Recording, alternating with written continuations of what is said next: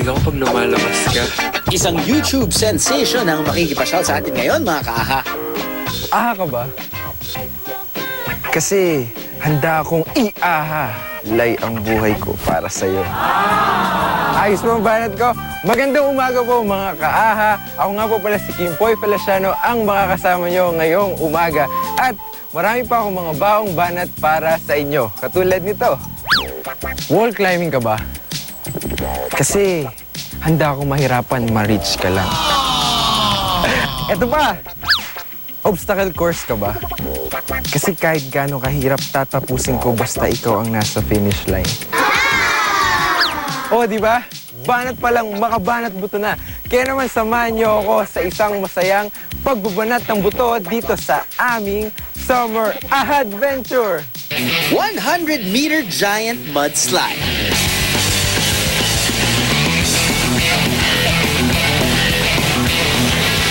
...40 feet high wall climbing, 100-meter zip line,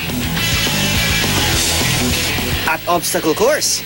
Ilan lang yan sa mga hanep na activities na maaaring gawin sa isang adventure park gaya nitong Pugad Lawin sa Laurel, Batangas.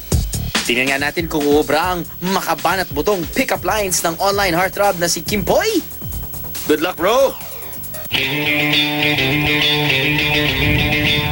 Yan, so guys, ito na. Susubukan ko na yung isa daw sa mga highlight dito sa Pugad Lawin Adventure Camp. So, subukan natin. Tara!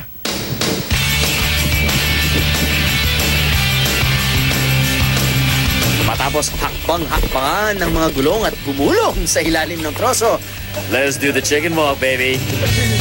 Yung sa chicken walk, bali partner siya, so kailangan synchronize yung paggalaw ninyo kasi once na malaglag kayo, ulit-ulit kayo sa umpisa.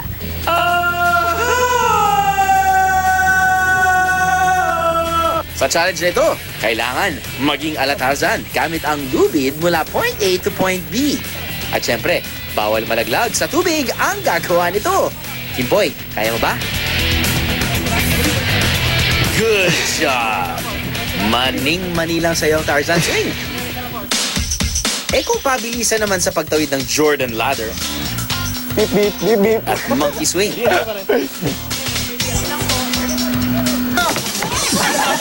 Oops! Mukhang mahirap panggain. Akyatin yung pader, bro. Oh my God! How do you do that? Game na? Kaya ba natin to? Kaya ba natin to? Kinakantaman mo. Nahirapan ako dun sa yung akyat ng wall. Kasi walang tatapakan, so parang hihilahin mo yung sarili mo pataas. Tapos yung mga tumutulong ko sa akin, hindi ko kilala. Pero so, ayan, thank you sa kanila. Sa Electric Fence Challenge, kailangan may pasok ang kakampi mo papunta sa kabilang side ng fence nang hindi dumidikit ang anumang bahagi ng katawan niya sa parisukat na bakal. Sana. Susunod naman ay ang Devil Walk. Isa ba? Isa ba?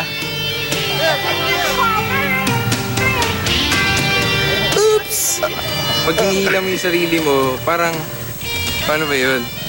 Parang kailangan makuha mo agad yung sa kabila kasi kung hindi, magpo-fall back ka talaga. So, devil walk, more on balancing. So, actually, sari-sariling, sarili mo. And then, at the same time, tutulungan ka rin nung nauuna sa'yo kasi iabot niya yung rope para may mahawakan ka. Grabe, ang hirap pala nito. Siyempre, matapos ang makalawit bilang obstacle course, oras na para sa makalaglag pangang mudslide. Yeehaw!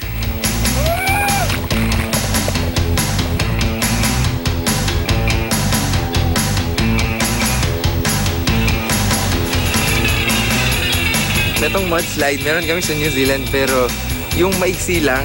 Pero dito yung sa bundok talaga sa sobrang astig na experience din. Sobrang saya kasi ang tagal ko na rin hindi nakapag-ganyan yung obstacle course.